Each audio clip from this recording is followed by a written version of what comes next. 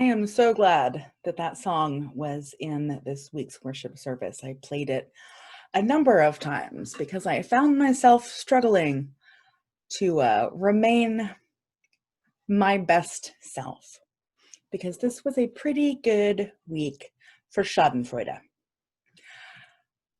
If you Schadenfreude is taking pleasure in someone else's misfortune, and it's not really something that I'm terribly proud of. But having gone to school in Lynchburg, Virginia, home of Liberty University, Jerry Falwell Jr. has certainly received some from me this week. And it got me wondering, what is the opposite of Schadenfreude? What do we call it when we experience not pleasure in someone else's pain, but pain in someone else's pleasure? Because that word, if it exists, would describe virtually everything that I read about the Republican National Convention. The hijacking of both religion and democracy in the service of making us less free feels like the worst thing you could do with either of those concepts, because that is not what religion in America must be about. Although it is hard to ignore the times that this nation has harnessed religion in the name of our own hate and fear. But we need a better story. We don't need to construct this better story, only to resurrect one that already exists. At the risk of oversimplifying, so before I start, a lot of what I'm talking about today, if you like this sort of historical religious stuff, I recommend this book to you, Restless Souls, The Making of American Spirituality. And at the risk of oversimplifying what is a pretty excellently written but historical text, religion as it was brought to this continent by colonizers was almost exclusively Christianity. And as much as we affirm that this is not a Christian nation, the evolution of religion in America begins there.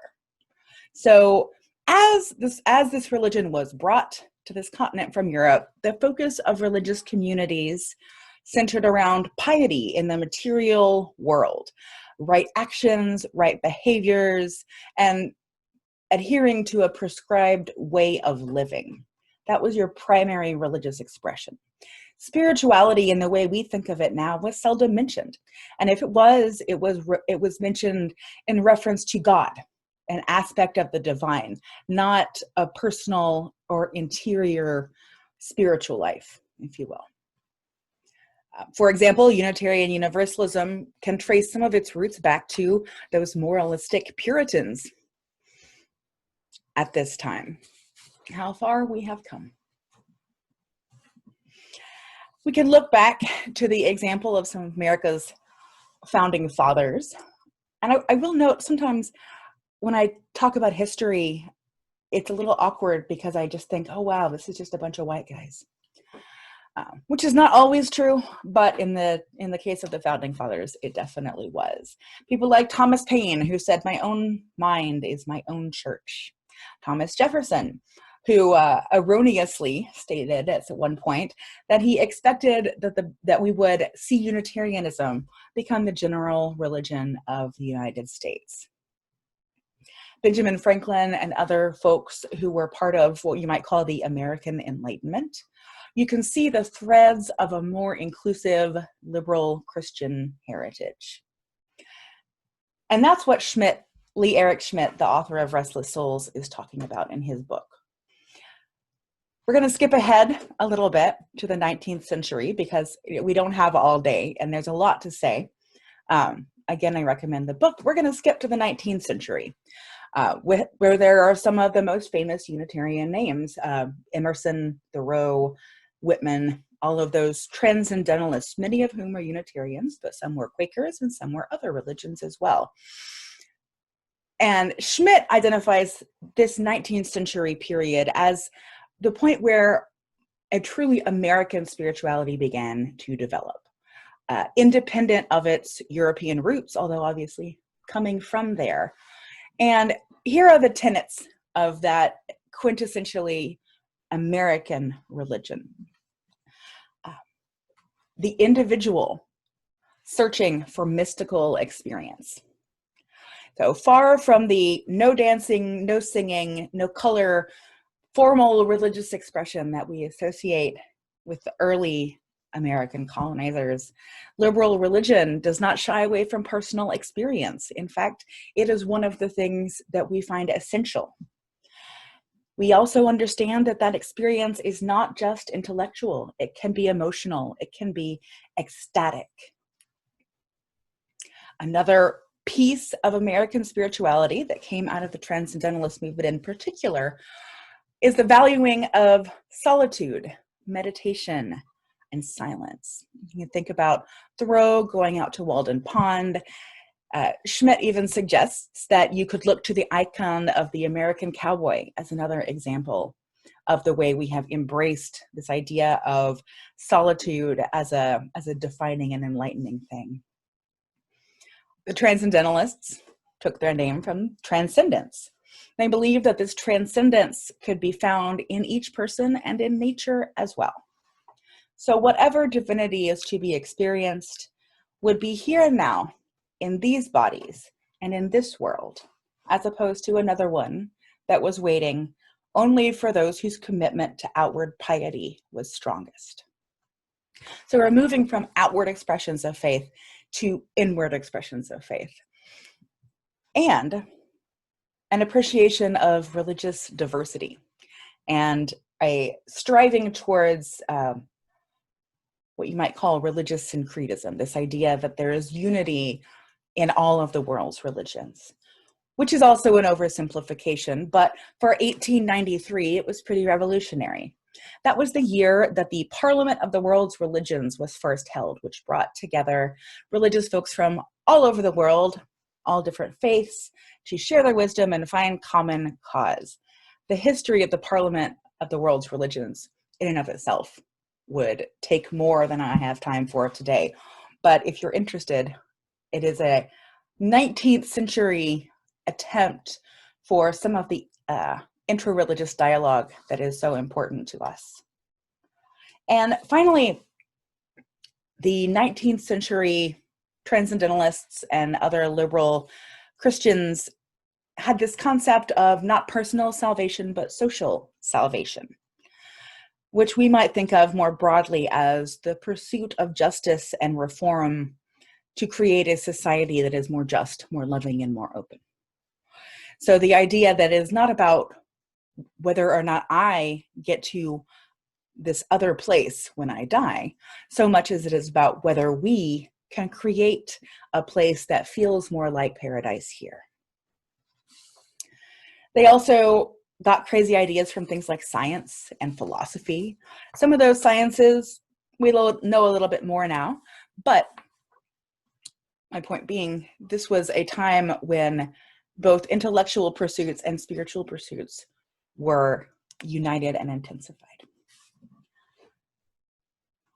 I'm going to read from this book real quick. Schmidt says, the spiritual life, as religious romantics imagined it, was nothing if not personal. And any adequate history of these developments has to emerge out of the inner lives of distinct figures. Many of these are familiar to us: Ralph Waldo Emerson, Walt Whitman, Henry David Thoreau, Margaret Fuller, W.E.B. Du Bois, and William James, and others less so. You may have not heard of Thomas Wentworth Higginson, or Lydia Maria Child, or Swami Vivekananda. However, these were also part of this movement towards a personal spirituality that also had a notion of we are responsible for our own community, not just the ones that are like us, but all of our community. Diversity of belief, personal searching, creative self-expression, and what we might call prophetic witness to the world's injustice, those are all things that are central to Unitarian Universalism. But they are not central just to us. During this service, we have heard from a variety of other voices than my own. We have heard from India Ari, who sings I Am Light. If you know a little bit about her story, part of what that song came out of was her own personal struggles with her health and her understanding that her body and her mind were connected in that health or lack thereof. Maya Angelou, we might think of her as a writer. However, much of what she says and believes and expresses in her writing would fall under this rubric of liberal religion. See also Oprah Winfrey, Deepak Chopra, Thich Nhat Hanh, the yoga studios on every corner, your meditation groups, and a variety of holistic practices that we sometimes lump together as New Age spirituality. These things are not new. They are forgotten in the more traditional history. Now, one of the things that you might notice about this list is that many of these folks are what we might consider popular entertainers or authors or musicians. Many of the ideals that I talked about in terms of liberal religion have been relegated to the secular world. There are many outlets for the kind of spiritual self-exploration that the transcendentalists espoused that we bring forward today.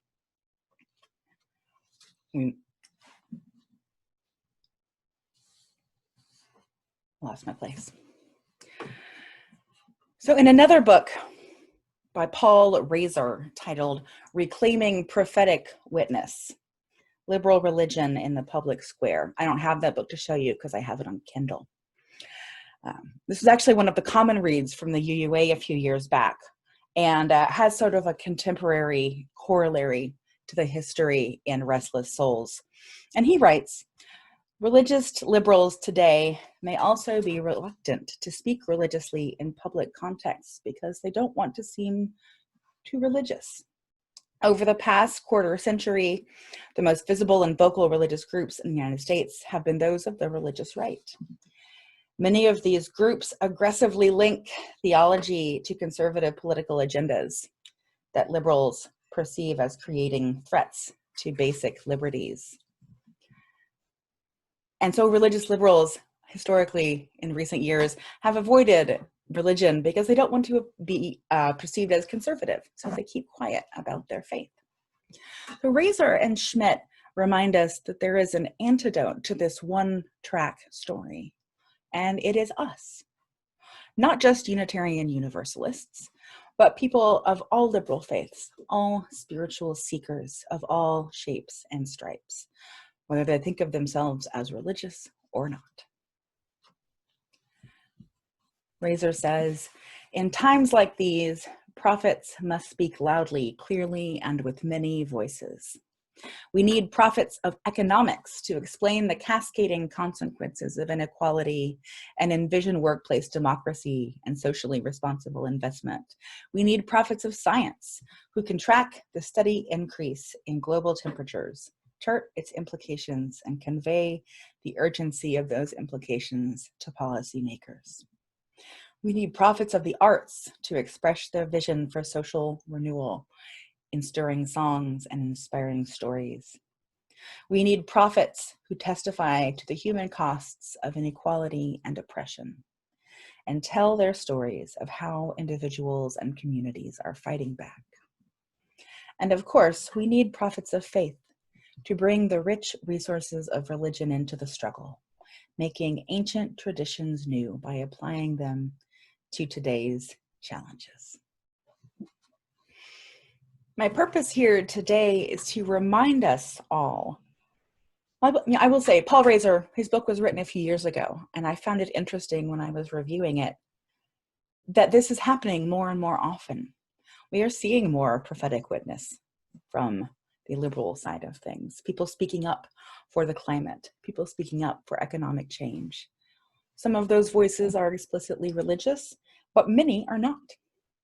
So my purpose here today is to remind us that our values, our touchstones, and our worldview are infused into our culture, and we are not alone. Politics, culture, religion, we understand its interconnectedness as well as the inherent differences. Separation of different aspects of our life seems in some ways antithetical to the unity and spiritual experience and internal journeying that is a hallmark of this faith. We know that these things are not separated, which is why there are some constructed boundaries put in place between things like politics and religion. However, we also are inheritors of the philosophical tradition that separates religion and politics. And that is also a tradition we should be proud of. Although some of us assume that this tradition requires not just institutional separation, but also an intellectual separation, the idea that religious ideals and political deliberation are like oil and water, they should never mix. However, the reality is all of our lives are intertwined with all of the other aspects of our lives. And if the only people who are willing to speak from a religious standpoint are those who seek to use it to oppress and others, then we have lost the fight before it has started. Liberal religion and expanding the democratic ideal have been intertwined throughout this nation's history. And this historic moment will need liberal religion as well. We may be limited in what we can do right now, but we are also afforded opportunities to find new ways of building beloved community, including things like our Black Lives Matter vigil at North Shore Park, the letter writing campaign that was mentioned earlier in the service, and the UU the Vote initiative, which is offering a lot of online opportunities for education and action.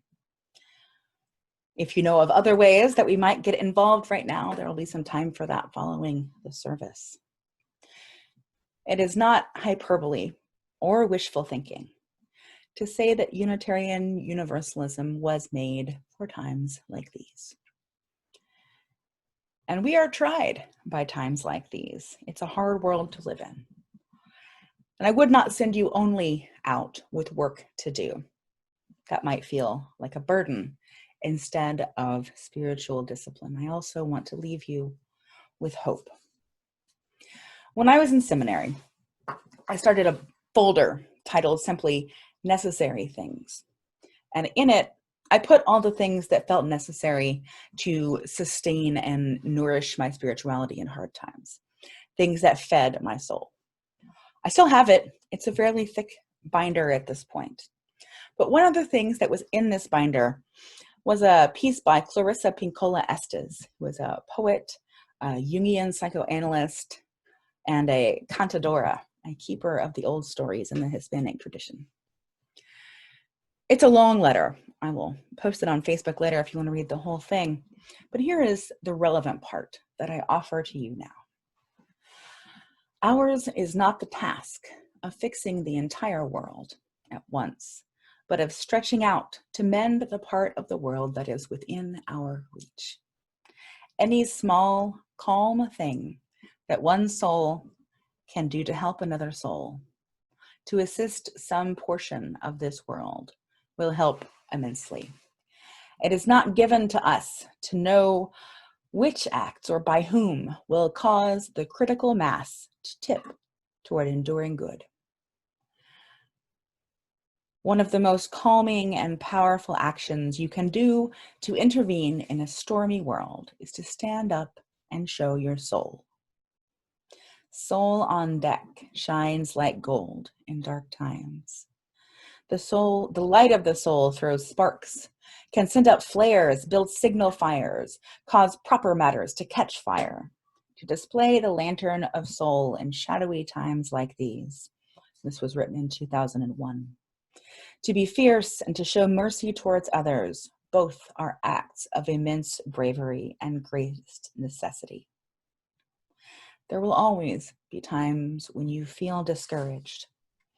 I too have felt despair many times in my life, but I do not keep a chair for it.